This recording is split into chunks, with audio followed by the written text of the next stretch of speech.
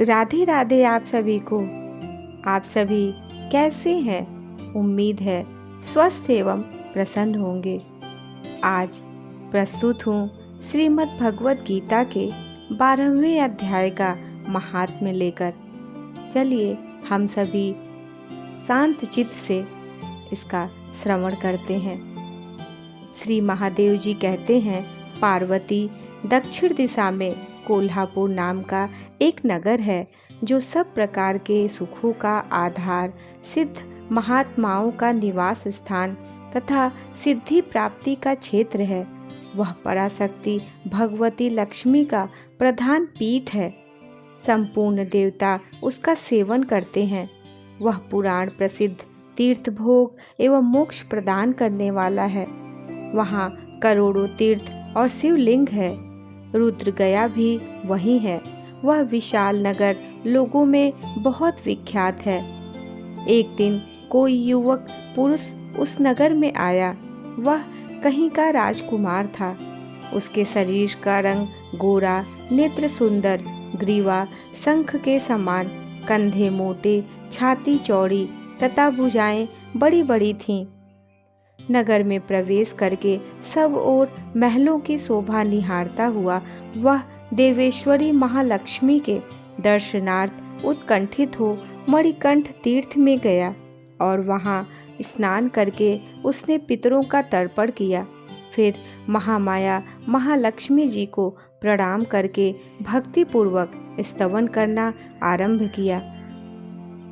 राजकुमार बोला, जिसके हृदय में असीम दया भरी हुई है, जो समस्त कामनाओं को देती तथा अपने कटाक्ष मात्र से सारे जगत की सृष्टि, पालन और संहार करती है, उस जगन माता महालक्ष्मी की जय हो।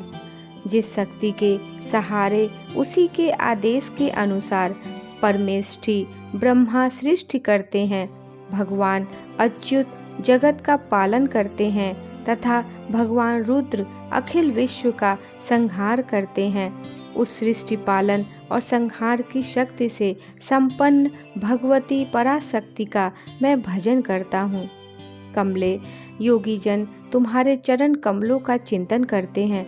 कमलालये, तुम अपनी स्वाभाविक सत्ता से ही हमारे समस्त इंद्रिय गोचर विषयों को जानती हो।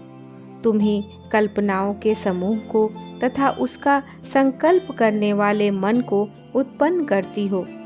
इच्छा शक्ति, ज्ञान शक्ति और क्रिया शक्ति, ये सब तुम्हारे ही रूप हैं। तुम परासंवित परम ज्ञान रूपिणी हो।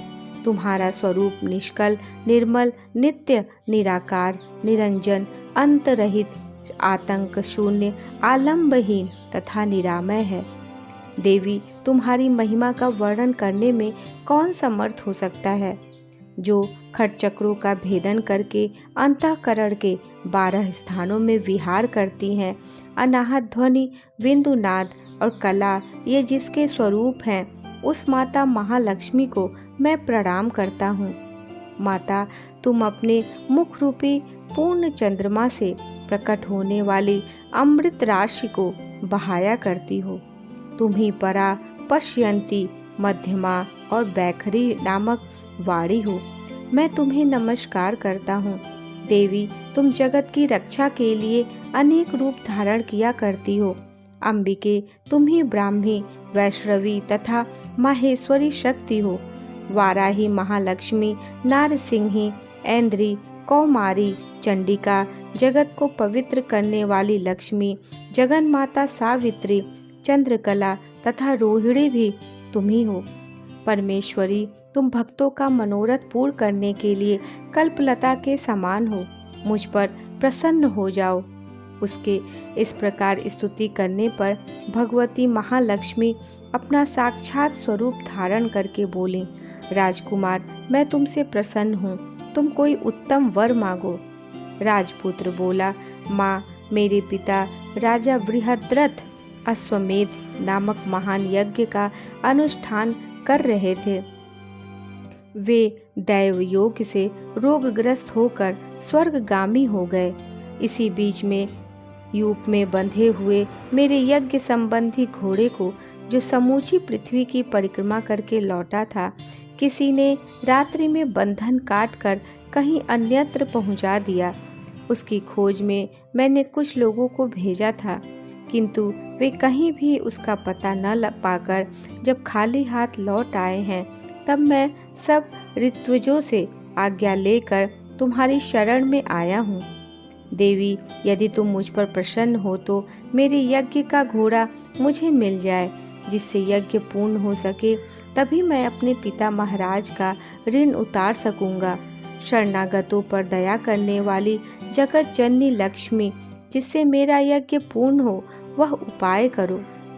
भगवती लक्ष्मी ने कहा, राजकुमार, मेरे मंदिर के दरवाजे पर एक ब्राह्मण रहते हैं, जो लोगों में सिद्ध समाधि के नाम से विख्यात हैं।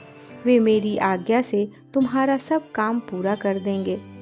महालक्ष्मी के इस प्रकार कहने पर राजकुमार उस स्थान पर आए जहाँ सिद्ध समाधि रहते थे। उनके चरणों में प्रणाम करके राजकुमार चुपचाप हाथ जोड़ खड़े हो गए। तब ब्राह्मण ने कहा, तुम्हें माताजी ने यहाँ भेजा है। अच्छा देखो, अब मैं तुम्हारा सारा अभीष्ट कार्य सिद्ध करता हूँ।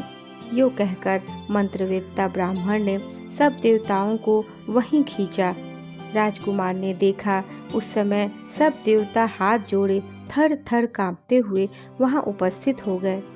तब उन श्रेष्ठ ब्राह्मण ने समस्त देवताओं से कहा, देवगण, इस राजकुमार का अश्व जो यज्ञ के लिए निश्चित हो चुका था, रात में देवराज इंद्र ने चुरा कर अन्यत्र पहुंचा दिया है। उसे शीघ्र ले आओ। तब देवताओं ने मुनि के कहने से यज्ञ का घोड़ा लाकर दे दिया। इसके बाद उन्होंने उन्हें जाने की आज्ञा दी। देवताओं का आकर्षण देखकर तथा खोए हुए अश्व को पाकर राजकुमार ने मुनि के चरणों में प्रणाम करके कहा, महर्षि, आपका यह सामर्थ्य आश्चर्यजनक है। आप ही ऐसा कार्य कर सकते हैं, दूसरा कोई नहीं। ब्राह्मण, मेरी प्रार्थना सुनिए। मेरे पिता राजा बृहद्रथ अश्वमेध यज्ञ का अनुष्ठान आरंभ करके दैव योग से मृत्यु को प्राप्त हो गए हैं। अभी तक उनका शरीर तपाए हुए तेल में सुखाकर मैंने रख छोड़ा है। साधु श्रेष्ठ, आप उन्हें पुनः जीवित कर दीजिए। यह सुनकर महामुनि ब्राह्मण ने किंचित मुस्कुरा कर कहा, चलो, जहाँ यज्ञ मंडप में तुम्हारे पिता मौजूद हैं, चले। तब सिद्ध समाधि ने राजकुमार के साथ वहां जाकर जल अभिमंत्रित किया और उसे उत्सव के मस्तक पर रखा। उसके रखते ही राजा सचेत होकर उठ बैठे। फिर उन्होंने ब्राह्मण को देखकर पूछा, धर्म स्वरूप आप कौन हैं? तब राजकुमार ने महाराज से पहले का सारा हाल कह सुनाया। राजा ने अपने को पुनः जीवन दान देने वाले ब्राह्मण को नमस्कार करके पूछा, ब्राह्मण, किस पुण्य से आपको यह अलौकिक शक्ति प्राप्त हुई है? उनके यो कहने पर ब्राह्मण ने मधुर वाणी में कहा, राजन, मैं प्रतिदिन आलस्य रहित होकर गीता के 12वें अध्याय का जप करता हूँ। उसी से मुझे यह शक्ति मिली है जिससे तुम्हें जीवन प्राप्त हुआ है। यह सुनकर ब्राह्मणों सहित राजा ने उन ब्रह्मर्षि से गीता के 12वें अध्याय का अध्ययन किया। उसके महात्म्य से उन सबकी सद्गति हो गई। दूसरे दूसरे जीव भी उसके पाठ से परम मोक्ष को प्राप्त हो चुके हैं। राधा राधा।